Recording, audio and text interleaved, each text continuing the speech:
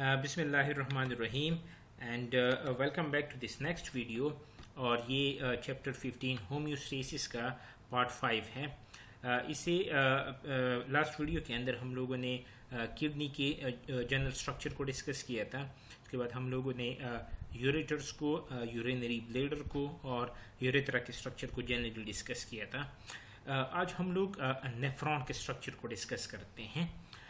Nephrons जो आपके पास होते हैं they are microscopic structural and functional units of the kidney. इसका मतलब ये है कि नेफ्रॉन किडनी का एक इम्पॉर्टेंट स्ट्रक्चरल यूनिट भी होता है और उसका एक इम्पॉर्टेंट फंक्शनल यूनिट भी होता है।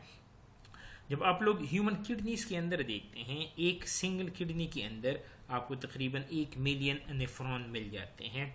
और नेफ्रॉन्स आपके पास दो चीज़ों से बने होते हैं, एक को रीनल कार्पसल कहा जाता है, दूसरे को रीनल ट्यूब्यूल कहा जाता है।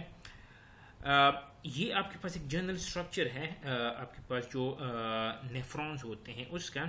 अगर आप लोग इस ग्लोमेरुलस को जो यहाँ पे आपको नज़र आ रहा है और ये जो आपके पास बाउमेन कैप्सूल जो आपको नज़र आ रहा है, इस ब्लू जो आपके पास एक सर्कल सा है, इन दोनों को कलेक्टिवली हम लोग रीनल कार्पसल कहते हैं। और ये जो आपको ट्यूबुलर स्ट्रक्चर्स नज़र आ रहे हैं, जो ट्यूब्स की तरह आपको डिफरेंट स्ट्रक्चर नज़र आ रहे हैं, यहाँ तक आपके पास जो डिफरेंट ट्यूब्यूल के स्ट्रक्चर हैं इनको रीनल ट्यूब्यूल कहा जाता है। इसको हम लोग डिटेल में आगे जाके डिस्कस करेंगे, लेकिन ये जनरली आपको बताने का मतलब ये है कि जो रीनल कार्पसल होते हैं उसके अंदर ग्लोमेरुलस और बाउमेन कैप्सूल होता है, और जो आपके पास ये ट्यूब लाइक स्ट्रक्चर्स होते हैं इसको रीनल ट्यूब्यूल कहा जाता है। तो सबसे पहले हम लोग रीनल कार्पसल को डिस्कस करते हैं। रीनल कार्पसल में दो चीज़ें होती हैं। आपके पास एक टफ्ट ऑफ कैपिलरीज होता है, यहाँ पे अगर आप लोग देखते हैं this is a collection of the capillaries, और ये जो आपके पास कलेक्शन ऑफ कैपिलरीज होती हैं इसको ग्लोमेरुलस कहा जाता है। दूसरा जो इम्पोर्टेंट पार्ट होता है रीनल कार्पसल का, उसको बाउमेन्स कैप्सूल कहते हैं। ये जो आपको स्ट्रक्चर नज़र आ रहा है, ये जो कप लाइक स्ट्रक्चर जो आपको नज़र आ रहा है, इसको बाउमेन कैप्सूल कहते हैं। तो रीनल कार्पसल इन दो चीज़ों से बना होता है, जो आपका ग्लोमेरुलस होता है, जो आपका बाउमेन कैप्सूल होता है। कलेक्टिवली इन दोनों को रीनल कार्पसल कहा जाता है। यहाँ पे इस ग्लोमेरुलस के अंदर जब ब्लड आता है आपके रीनल सर्कुलेशन में, तो जहाँ पे एंट्री होती है उस आर्ट्रियोल को एफेरेंट आर्ट्रियोल कहा जाता है। तो एफेरेंट आर्ट्रियोल आपके इस ग्लोमेरुलस के अंदर ब्लड को लेके आता है। आपके पास ये जो स्ट्रक्चर आपको नज़र आ रहा है जिसको एफेरेंट आर्ट्रियोल कहा जाता है, यहाँ से जब एफेरेंट आर्ट्रियोल के थ्रू ब्लड ग्लोमेरुलस में आ जाता है, उसके बाद वो जब ग्लोमेरुलस से निकलता है तो वो इस एफेरेंट आर्ट्रियोल के थ्रू निकलता है। तो आप लोग सिंपली ये कह सकते हैं कि ग्लोमेरुलस के लिए जो एंट्री पॉइंट होता है, ब्लड जहाँ पे एंटर होता है, उसको एफेरेंट आर्ट्रियोल कहा जाता है। जहाँ पे ग्लोमेरुलस से ब्लड बाहर निकलता है उसको एफेरेंट आर्ट्रियोल कहते हैं। तो एक ए के साथ है, दूसरा ई के साथ है। बाउमेन कैप्सूल जो आपके पास होता है, इसको अगर आप लोग देखते हैं तो यूजुअली ये जो ग्लोमेरुलस होता है इसके इर्द गिर्द एक इनक्लोजर बना रहा होता है। अभी ये जो दो आर्ट्रियोल होते हैं इसमें आपको डिफरेंस करना ज़रूरी है, क्योंकि स्पेलिंग में आपको सिर्फ ए और ई का डिफरेंस नज़र आ रहा है। तो जो ए वाला होता है वो यूजुअली एंट्री का जो पॉइंट है उसको कहते हैं, और जो ई वाला है वो आपके पास एग्जिट वाला है। तो आप लोग ये कह सकते हैं कि afferent arteriole is the arteriole that bring blood to the glomerulus, और जो एफेरेंट होता है वो आपके इस ग्लोमेरुलस और ब्लड को दूर लेके जा रहा होता है। यहाँ पे आपके पास एक स्पेशल सेल्स होते हैं आपके बाउमेन कैप्सूल के अंदर, जिनको पोडोसाइट्स कहा जाता है। और इन पोडोसाइट्स का काम ये होता है कि आपके ग्लोमेरुलस में ये जो टफ्ट ऑफ कैपिलरीज होता है उसके इर्द गिर्द वो जाके रैप कर रहा होता है।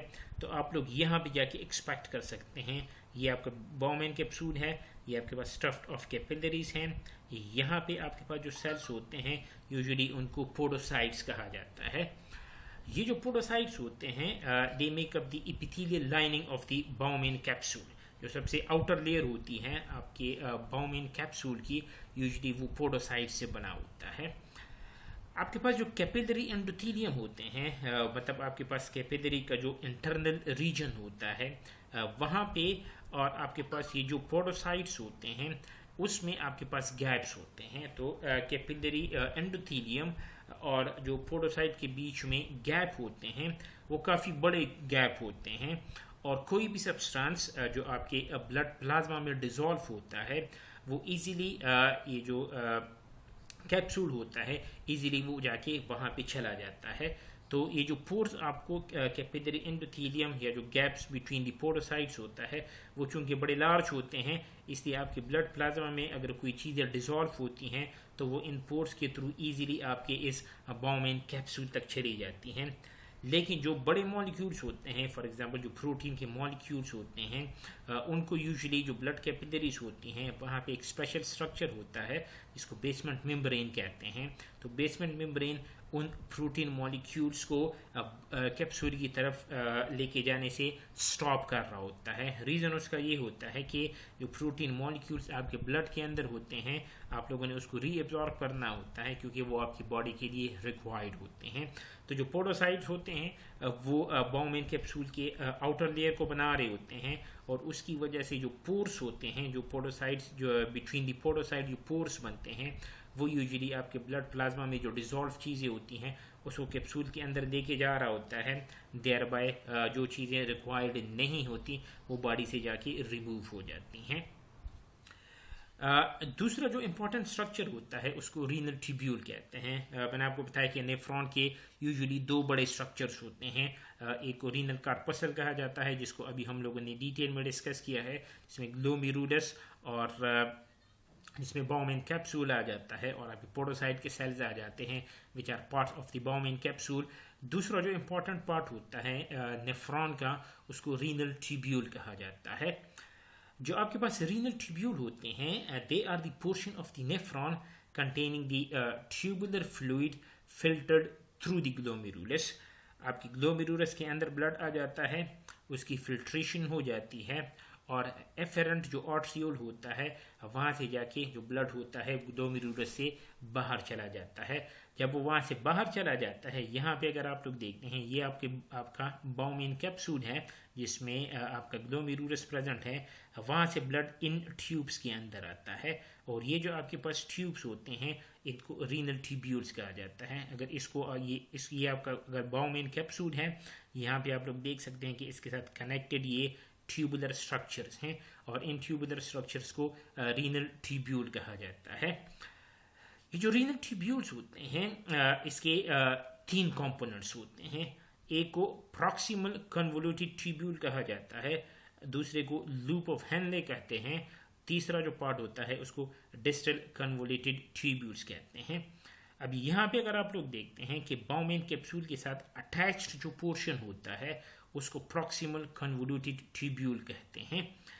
इस प्रॉक्सिमल कन्वोल्यूटेड ट्यूब्यूल के बाद जो स्ट्रक्चर होता है, ये जो आपको यू टाइप का जो स्ट्रक्चर आपको नजर आ रहा है, ये आपके पास लूप ऑफ हेनले हैं और सबसे एंड वाला जो पार्ट रीनल ट्यूब्यूल का होता है उसको डिस्टल कन्वोल्यूटेड ट्यूब्यूल कहते हैं जो आपको यहाँ पे नजर आ रहा है। तो ये जो तीन पार्ट्स होते हैं, the proximal convoluted tubule, the loop of Henle and the distal convoluted tubule, collectively इनको रीनल ट्यूब्यूल कहा जाता है। और इन रीनल ट्यूब्यूल में से जब आपके पास फ्लूइड पास हो जाता है उसकी जो फिल्ट्रेशन होती है फिर आगे जाके वो आपके जो कलेक्शन जो डक्ट्स होते हैं उसके अंदर हो रहा होता है, जिसको हम लोग एंड में जाकर डिस्कस करेंगे। लेकिन रीनल ट्यूब्यूल के ये तीन मेजर पार्ट्स होते हैं, the proximal one, the loop of Henle and the distal convoluted tubule. अब ये जो तीन पार्ट्स होते हैं रीनल ट्यूब्यूल के, इनके फंक्शंस क्या होते हैं। जो आपके पास सबसे पहला पार्ट होता है जिसको प्रॉक्सिमल कन्वोल्यूटेड ट्यूब्यूल कहते हैं, फॉर शॉर्ट इसको PCT भी कहा जाता है।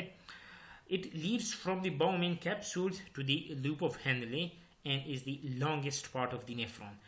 मतलब आपका जो प्रॉक्सिमल कन्वोल्यूटेड ट्यूब्यूल होता है वो बाउमेन कैप्सूल से शुरू होता है और वो लूप ऑफ हेनले की तरफ चला जाता है और ये आपके पास नेफ्रॉन का सबसे लॉन्गेस्ट पार्ट होता है। इसकी लोकेशन को अगर आप लोग देखते हैं कि ये जो नेफ्रॉन का पार्ट होता है वो कहाँ पे प्रेजेंट होता है, तो ये आपके कॉर्टेक्स के अंदर प्रेजेंट होता है। लास्ट वीडियो के अंदर अगर आपको याद हो, हमने कहा था कि किडनी के 3 मेजर पार्ट्स होते हैं। एक आपके पास कॉर्टेक्स होता है, एक मेडुला होता है, एक पेल्विस होता है। तो जो आपके पास पीसीटी होता है वो कॉर्टेक्स के अंदर प्रेजेंट होता है, and it is lined by a simple epithelium cell with brush borders having microvilli.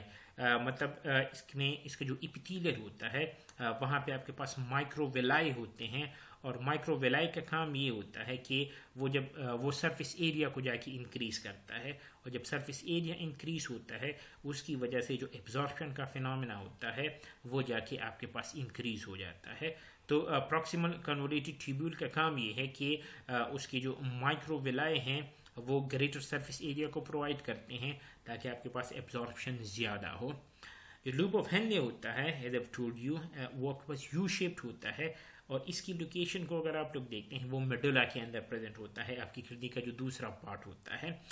इसका जो फंक्शन होता है वो ये होता है कि आपके ब्लड के अंदर जो सॉल्ट्स होते हैं इनको ये फिल्टर करता है, और आपकी बॉडी के अंदर जो वाटर बैलेंस होता है उसको लूप ऑफ हेनले जाके मेंटेन कर रहा होता है। जो आपका डिस्टल कन्वोल्यूटेड ट्यूब्यूल होता है, ये आपके इस नेफ्रॉन का सबसे एंड वाला जो पार्ट होता है उसको डिस्टल यू कैन से उसको डिस्टल कन्वोल्यूटेड ट्यूब्यूल कहते हैं।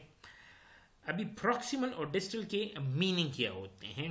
प्रॉक्सिमल का मतलब ये होता है कि nearest to the point of origin.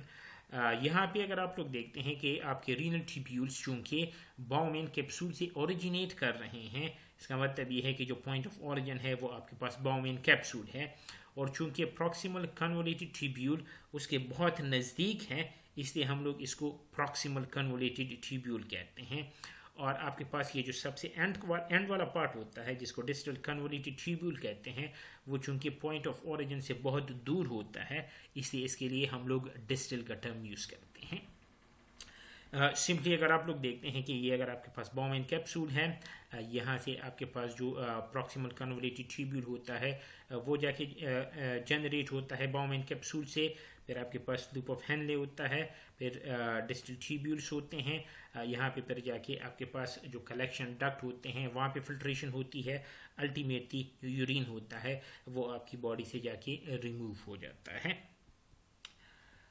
जो आपके कलेक्टिंग डक्ट्स होते हैं ये आपके पास माइक्रोस्कोपिक पैसेजेस होते हैं, मतलब ये बहुत थिन पैसेजेस होते हैं which connect to multiple nephrons.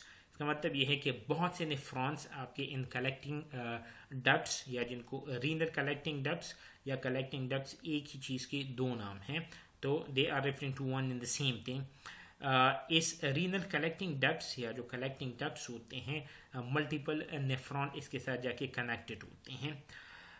It begins in the renal cortex, वहाँ पे शुरू होता है, it extend deeply into the medulla and finally deliver urine to the pelvis. So इसका मतलब ये है कि जो कलेक्टिंग डक्ट्स होते हैं वो आपके रीनल कॉर्टेक्स से शुरू होके यूरिन को पेल्विस के थ्रू जाके बॉडी से रिमूव कर देते हैं, and during the travelling of the fluids through the collecting ducts जो कंपोजिशन होता है ट्यूबुलर फ्लूइड का उसमें चेंजेस होती रहती हैं, क्योंकि आपके पास जो रीएब्जॉर्प्शन का फिनोमेना होता है वो कंटिन्यूस रहता है। अभी नेफ्रॉन्स को अगर आप लोग देखते हैं इसके दो टाइप्स होते हैं, और इसके जो दो टाइप्स हैं that are based on the location कि वो प्रेजेंट कहाँ पे हैं। पहली टाइप जो आपके पास नेफ्रॉन की होती है उसको कॉर्टिकल नेफ्रॉन कहते हैं, और आपकी बॉडी में अबाउट 85% जो नेफ्रॉन्स होते हैं वो कॉर्टिकल नेफ्रॉन्स ही होते हैं। इनकी लोकेशन को अगर आप लोग देखते हैं वो आपकी रीनल कॉर्टेक्स के अंदर प्रेजेंट होते हैं, और इनका जो रीनल कार्पसल होता है, रीनल कार्पसल को ऑलरेडी हम लोग डिस्कस कर चुके हैं कि उसमें आपके पास जो ग्लोमेरुलस होता है और आपके पास जो बाउमेन कैप्सूल होता है वो इंक्लूडेड होता है। तो इन कॉर्टिकल नेफ्रॉन्स का जो रीनल कार्पसल होता है वो कॉर्टेक्स के अंदर प्रेजेंट होता है, और इसके लूप ऑफ हेनले को अगर आप लोग देखते हैं ये बहुत शॉर्ट होता है, रिलेटिवली शॉर्ट होता है। रिलेटिव का मतलब ये है कि इसको जब आप लोग दूसरी टाइप ऑफ नेफ्रॉन से कंपेयर करते हैं यहाँ पे लूप ऑफ हेनले शॉर्ट होता है। नॉर्मल कंडीशन में जब वाटर की अवेलेबिलिटी नॉर्मल होती है इन नेफ्रॉन्स का काम ये होता है कि ये आपके ब्लड वॉल्यूम को जाके कंट्रोल कर रहे होते हैं।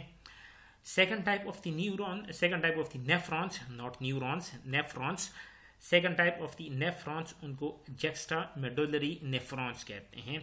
और आपकी बॉडी में अबाउट 50% जो नेफ्रॉन्स होते हैं वो जुक्स्टामेडुलरी नेफ्रॉन्स होते हैं।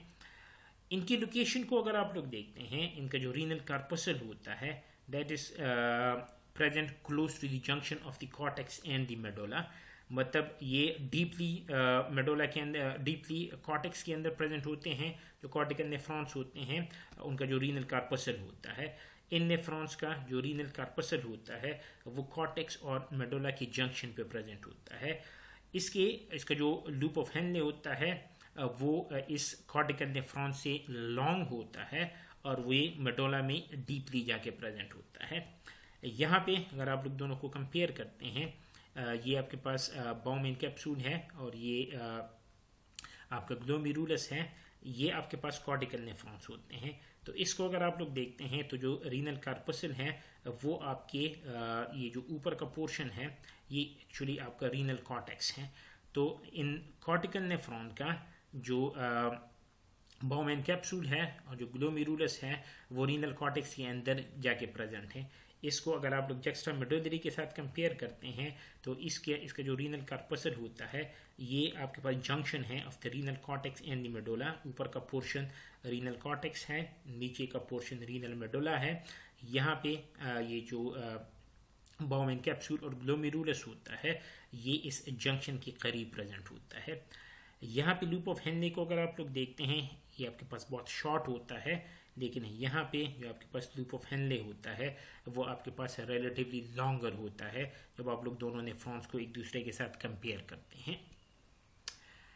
जुक्स्टामेडुलरी नेफ्रॉन्स का काम क्या होता है?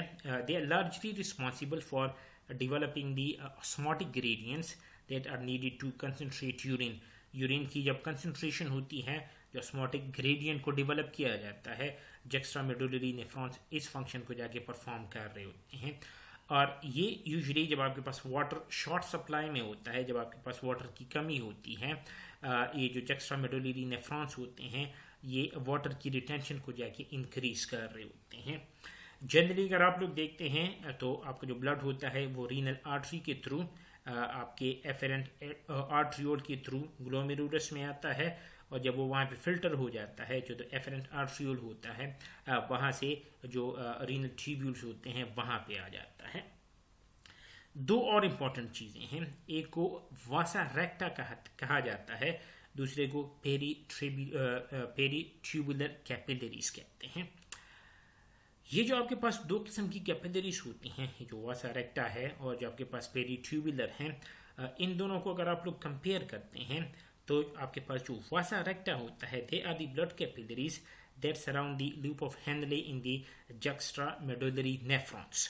लेकिन जो पेरीट्यूबुलर कैपिलरीज होती हैं ये जाके सराउंड कर रही होती हैं जो ब्लड कैपिलरीज आपके प्रॉक्सिमल कन्वोल्यूटेड ट्यूब्यूल या जो आपके पास DCT जो डिस्टल कन्वोल्यूटेड ट्यूब्यूल्स होते हैं जो कॉर्टिकल नेफ्रॉन्स में प्रेजेंट होते हैं उनको जाके सराउंड कर रहे होते हैं। तो दो आपके पास डिफरेंट चीज़ें हैं। Vasa recta they are the blood capillaries जो लूप ऑफ हेनले जो जुक्स्टामेडुलरी नेफ्रॉन्स के हैं उसको सराउंड कर रहे हैं, और जो पेरीट्यूबुलर कैपिलरीज हैं वो जाके जो PCT और DCT होता है जो कॉर्टिकल नेफ्रॉन्स होते हैं उनके ब्लड कैपिलरीज को जाके सराउंड कर रहा होता है। अभी लास्ट वीडियो में और ये जो आपके पास वीडियो है इनके जो ऑब्जेक्टिव क्वेश्चंस हैं, जो मल्टीपल चॉइस क्वेश्चंस हैं, वो दोनों आपको इस वीडियो के अंदर जाके मिल जाएंगे। पहला जो मल्टीपल चॉइस क्वेश्चन है वो आपके पास ये हो सकता है कि all of the following are part of the human excretory system except option A sweat gland in the skin, option B the lungs, option C the kidneys and option D the eyes। तो last video मैंने आपको बताया था कि जो sweat gland और skin होते हैं, जो लंग्स होते हैं, जो किडनीज होते हैं, they are somehow involve in the human excretory system. जो स्पेशली जो मेटाबॉलिक एक्सक्रीशंस आपके पास होती हैं इसमें ये जो तीन चीज़ें होती हैं इनका रोल होता है। लेकिन जो आपकी आइज होती हैं they usually are not part of the human excretory system. तो जो आपके पास करेक्ट आंसर होगा वो आपके पास ऑप्शन D होगा, that is eyes. Another multiple choice question can be the area where the renal artery enters the kidney and the renal vein and ureter exit the kidney is called as आपको 4 option दिए हैं। Option A renal sinus, option B renal medulla, option C extra medullary area and option D efferent arteriole. तो last video मैंने आपको बताया था कि जहाँ पे रीनल आर्टरी किडनी के अंदर एंटर होती है और रीनल वेन और यूरेटर बाहर निकल रहे होते हैं, उसको रीनल हाइलस या उसको रीनल हाइलम कहा जाता है। तो आपके पास जो करेक्ट ऑप्शन होगा वो आपके पास ऑप्शन ए होगा, वो रीनल हाइलस है। Another multiple question can be which of the following is the correct sequence regarding the flow of waste products through the nephrons of the kidney। ये आपको डिफरेंट सीक्वेंसेस दिए हैं और आपने उस करेक्ट सीक्वेंस को चूज करना है जिससे जो वेस्ट प्रोडक्ट्स आपके नेफ्रॉन्स में जाके जो नेफ्रॉन्स में फॉलो होता है। ऑप्शन ए आपको दिया है कि पहले वो ग्लोमेरुलस कैप्सूल के अंदर आता है, फिर पीसीटी में चला जाता है, फिर कलेक्टिंग डक्ट्स में चला जाता है, फिर लूप में चला जाता है, सबसे एंड में डिस्टल कन्वोल्यूटेड ट्यूब्यूल में चला जाता है। ऑप्शन बी आपको दिया है कि पहले वो ग्लोमेरुलर कैप्सूल में आता है, फिर वो प्रॉक्सिमल कन्वोल्यूटेड ट्यूब में जाता है, उसके बाद डिस्टल कन्वोल्यूटेड ट्यूब में जाता है, फिर लूप में जाता है, सबसे एंड में कलेक्टिंग ट्यूब में चला जाता है। ऑप्शन सी आपको दिया है कि ग्लोमेरुलर कैप्सूल में पहले वो आता है, फिर प्रॉक्सिमल कन्वोल्यूटेड ट्यूब में आता है, फिर लूप में आता है, फिर उसके बाद डिस्टल कन्वोल्यूटेड ट्यूब के अंदर आता है और सबसे एंड में जाके कलेक्टिंग डक्ट्स के अंदर आ जाता है। तो आपके पास जो करेक्ट ऑप्शन है ऑप्शन डी है कि ये सारे के सारे जो 3 सीक्वेंसेस आपको दिए हैं ये सारे के सारे करेक्ट हैं।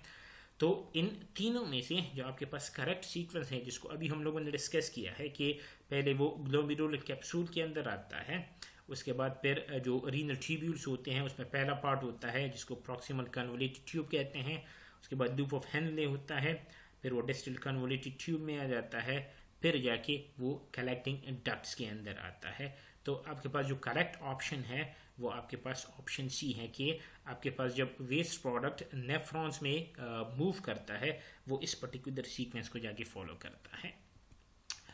Another question can be कि internally both kidneys have 3 distinct regions। 3 regions होते हैं हर एक किडनी के अंदर। ऑप्शन ए आपको दिया है कि वो 3 region cortex, the mediastinum and the pelvis होते हैं। Option B the cortex, medulla and the peritoneum. Option C the cortex, medulla and the pelvis and option D the carina, medulla and the pelvis. तो last video के अंदर मैंने आपको बताया था कि हर एक जो किडनी होते हैं उसके 3 रीजन्स होते हैं। एक आपके पास कॉर्टेक्स होता है, दूसरा मेडुला होता है, तीसरा जो रीजन होता है उसको पेल्विस कहा जाता है। तो जो करेक्ट ऑप्शन आपके पास है वो आपके पास ऑप्शन सी है, that is the cortex, medulla and the pelvis.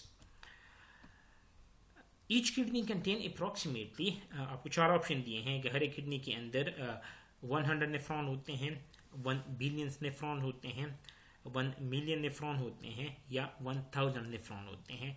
तो इसको अभी हम लोगों ने डिस्कस किया है कि अप्रॉक्सीमेटली हर एक किडनी के अंदर तकरीबन 1 मिलियन नेफ्रॉन होते हैं।